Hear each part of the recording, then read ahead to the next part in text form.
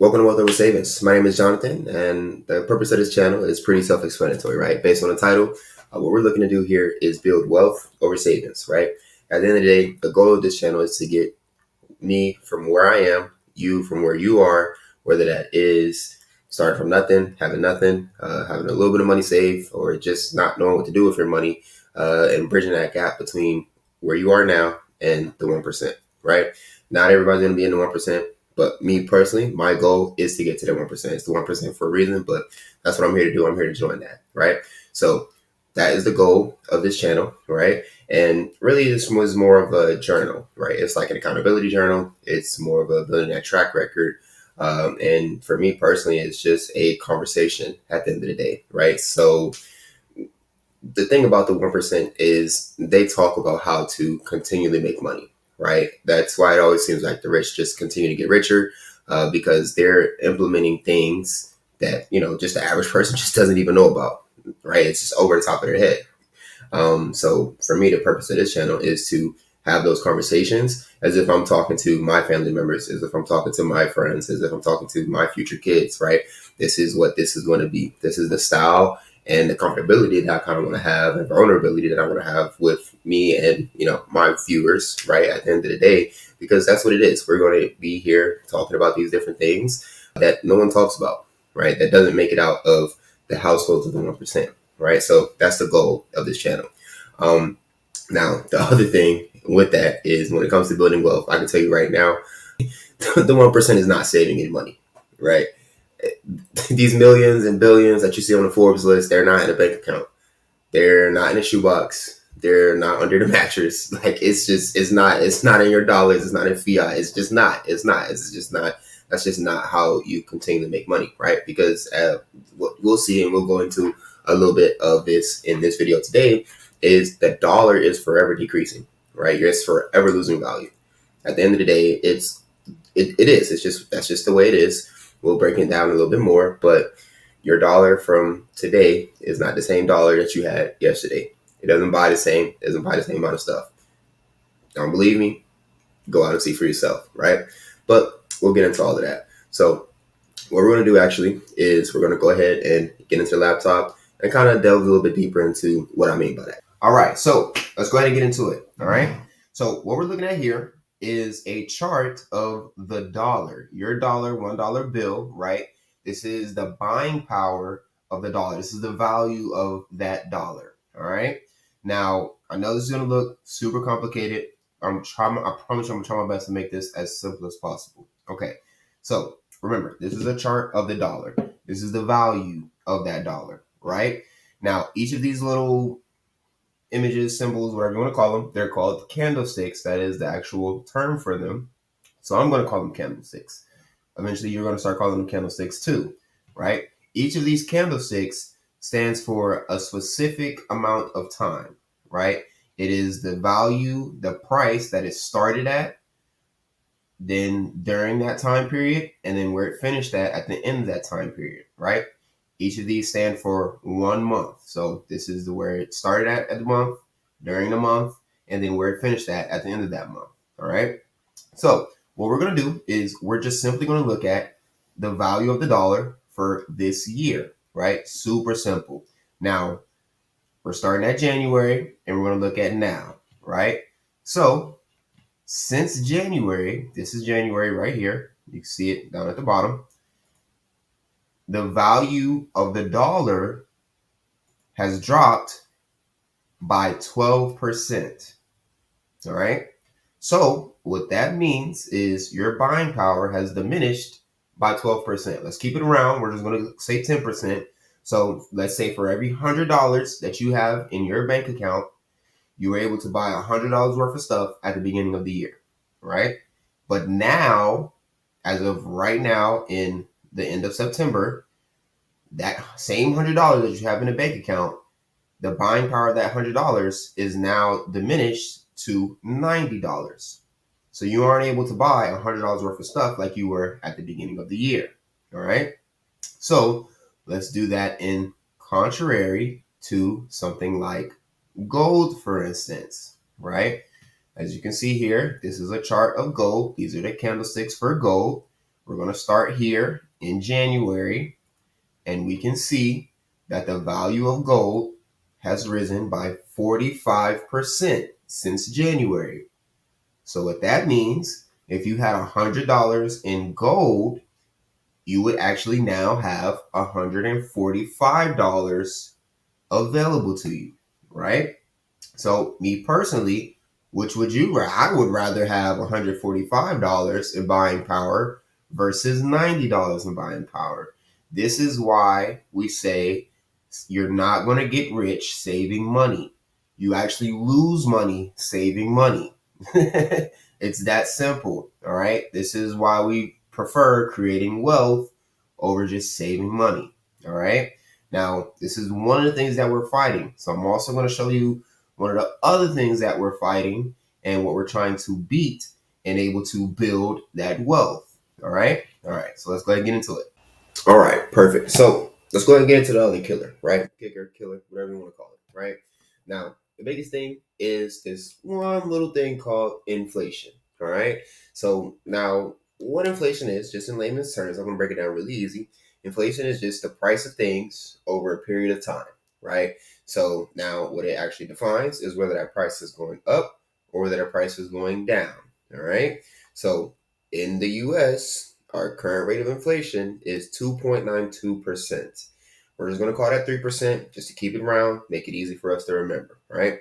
Now, got to remember, this is a basket of pretty much everything from gas, your car, your living situations, food, travel, pretty much everything, right? And it's basketed all into one, and that's how we get that 3%, right? So in that basket, we include things that are really high on the scale for inflation, as well as things that are really low on the scale for inflation, even things that are decreasing, right? So this is where we kind of add it all up together, and that's how we get that 3%, right? But with that being said, I'm going to show you guys some examples of real life inflation because not everything is at that 3%, right? Honestly, pretty much, I'm not going to say nothing's at that 3%, but a good chunk of your stuff that you really use is not net anywhere near that 3%, right? So let's just look at, Subway, for instance. I like this one. For me, when I was younger, right, when I was growing up, Subway had the theme song of $5 foot long. You can go to Subway, $5 foot long, anyone you wanted, you was getting it, right? Now, funny enough, you try to walk into Subway now with $5, you're not getting a sub. You're not getting a sandwich for that price, right? Forget the foot long. You're not getting a 6 inch for $5, and that's an example of real life inflation, right? You walk in there now with $5, you're getting the cookie, you're getting the nachos. You know what I mean? That's pretty much it. You might get a coupon where they'll give you a 6 inch meal, $5. You might get that, right? But this is an example of real life inflation. The foot long has gone from $5, right, to 10, 11, 12, $13 if you're getting something like the steak and cheese with some bacon on it, whatever the case may be. But that's double the price, more than double the price. This is an example of real life inflation, right? So, as well, we have things like McDonald's. McDonald's menu, as you can see here, this is all, remember, this is all from the early 2000s. So, this is not that long ago, right? Big Mac meal, $2.99. We're talking burger, fries, and a drink. $2.99, you're not even getting the Big Mac right now. They may give you like, what are we talking about? Big Mac right now, even just by itself, no nothing else, you're looking at $4.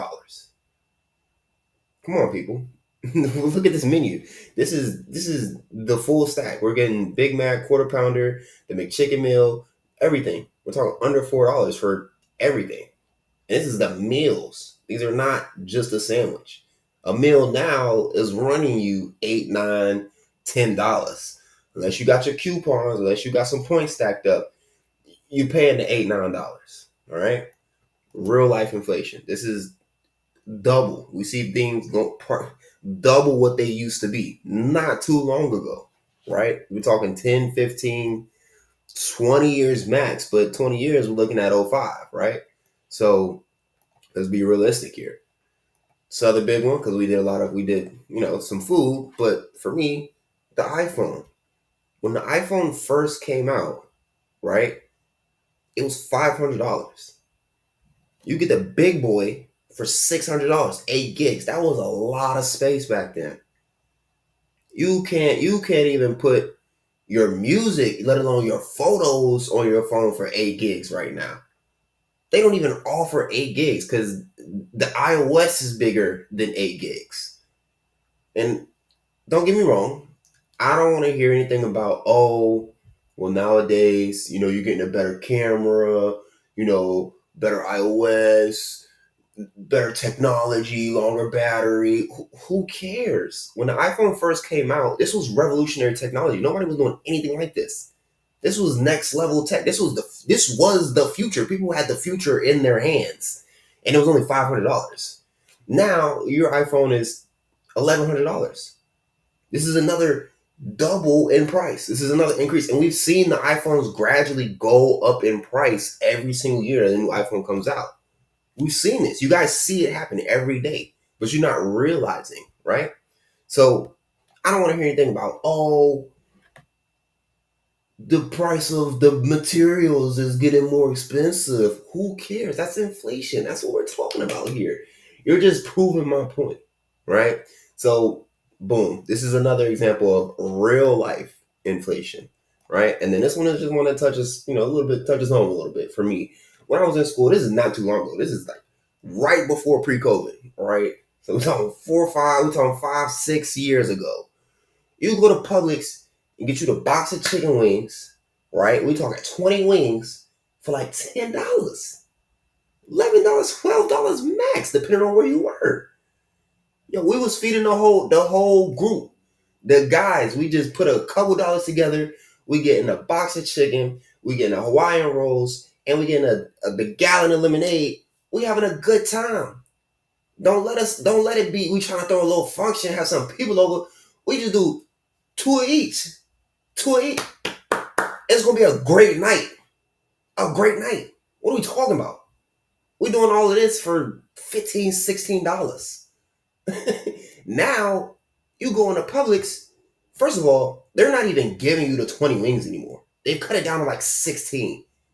Yeah, I'm being specific.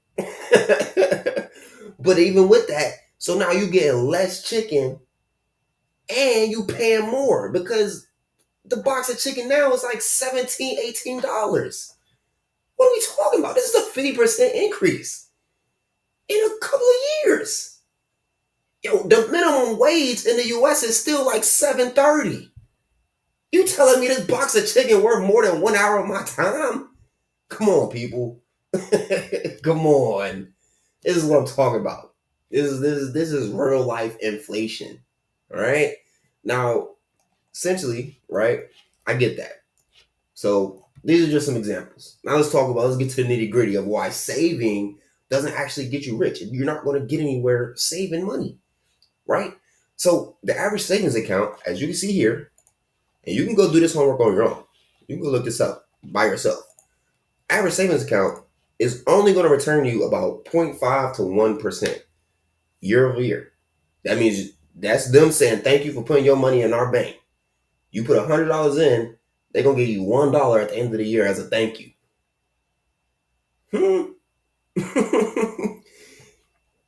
So now let's just say you're super frugal. You got the big bucks, or you got a special bank, and you're getting a high yield savings account, right? And that usually comes from just either having a lot of bucks in the bank, or using like an online bank, whatever the case may be. They may give you 2 to 4%.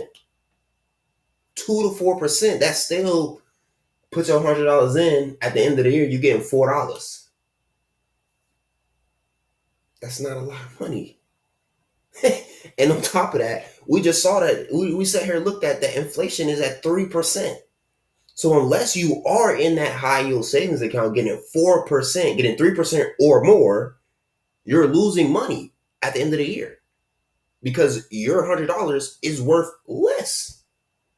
What are we talking about? And we're not even adding what we just talked about the physical dollar itself losing its value. So you fighting a whole lot of different fronts. You fighting the dollar losing value. You fighting inflation going up. You fighting your savings account giving you petty cash. But hey, man, this is all of this. I say all of this to say saving is not going to get you rich. You're not going to get rich off of saving money. So we're here to learn how to build that wealth and counteract that savings, right? I'm not saying don't save. Everybody needs money for a rainy day. That's you have to do your thing.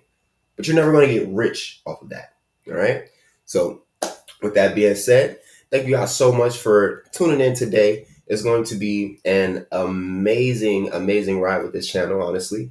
Don't forget to like and subscribe, share this video with your friends, family, anybody that you think would be, find benefit in the things that we're talking about.